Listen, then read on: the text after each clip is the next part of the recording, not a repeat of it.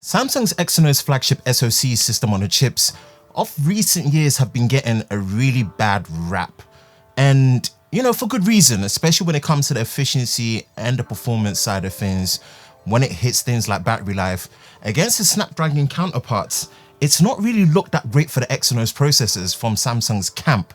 But I want to take you back 5 years at a period of time when Exynos was actually king against Snapdragon, and where I feel like we shouldn't be cancelling the Exynos processors out just yet. Again, Ben from Lover of Tech.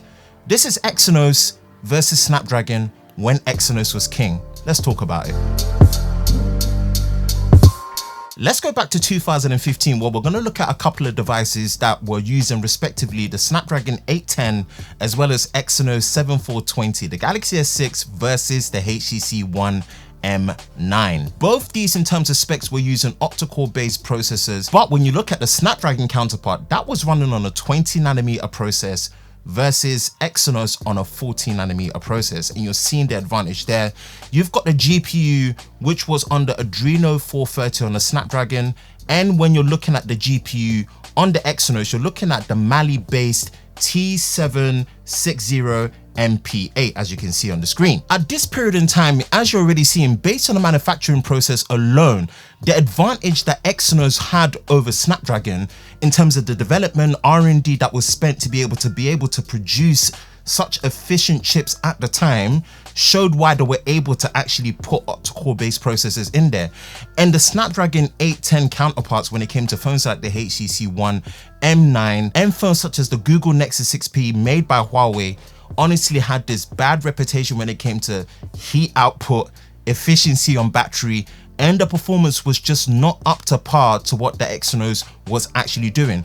This had a ripple effect on other Android manufacturers, and the decision to not use the system on a chip from Qualcomm when it came to the Snapdragon 810. And one of those examples, which I'm going to use again, is LG. The LG G4, LG actually opted for the lower spec model, which was the Snapdragon 808, which was based on, yes, the same 20nm process, but it was a hexa-core 6-core processor. Slightly weaker GPU of the Adreno 418, but LG looked like they didn't really want to take the chance to have all the overheating problems and the efficiency issues that plagued the phones with the Snapdragon 810.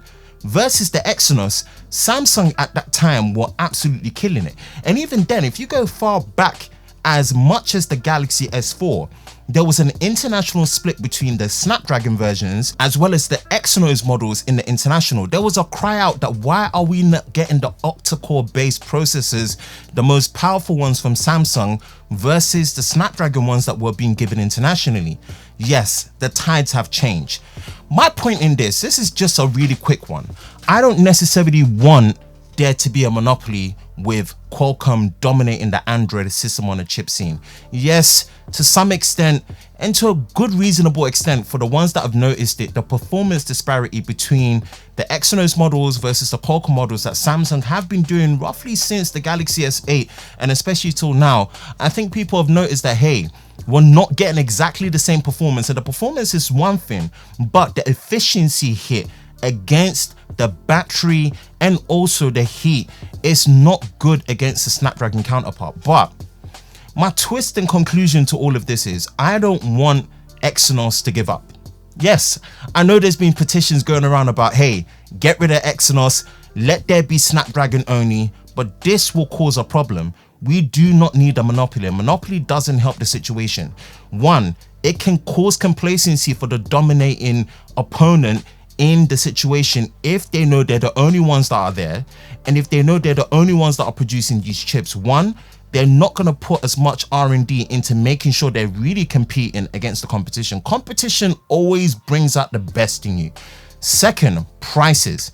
Evident in the Snapdragon 800 series, the 865, the shoehorning of 5G is one thing. I get it. 5G is the future to the current, but with this happening where these modems are built into things like the Snapdragon 675G as well as the 865, not having a 4G model is one thing, but also it's making it much more expensive for OEMs to have these chips into their phones, and they have to make certain compromises. And again, small honorable mention is the OnePlus 8. I feel like the normal OnePlus 8 at $599 UK starting price made certain compromises to keep the 865 in there, and it compromised on certain things like the camera system, where the camera system is actually slightly worse than a 17. And I feel like all these little minor compromises were all made because one of the expenses was the 865 chipset. Hey, it's great what Qualcomm are doing. I'm happy.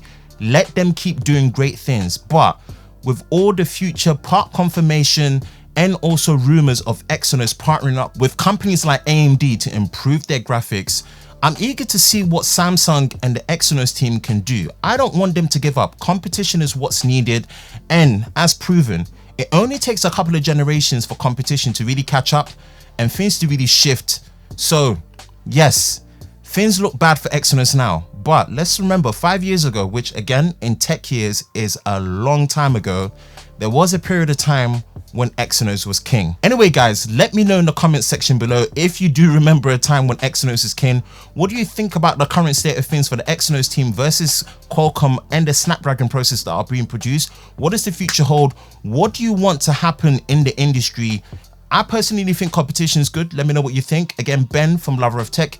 If you enjoy these type of videos, you know what to do. Make sure you hit that subscribe button, hit that notification bell so you don't miss future videos like this, and also like, share, and make sure you're subscribed into the Team TLS. Again, Ben from Lover of Tech. Catch you next one. Peace.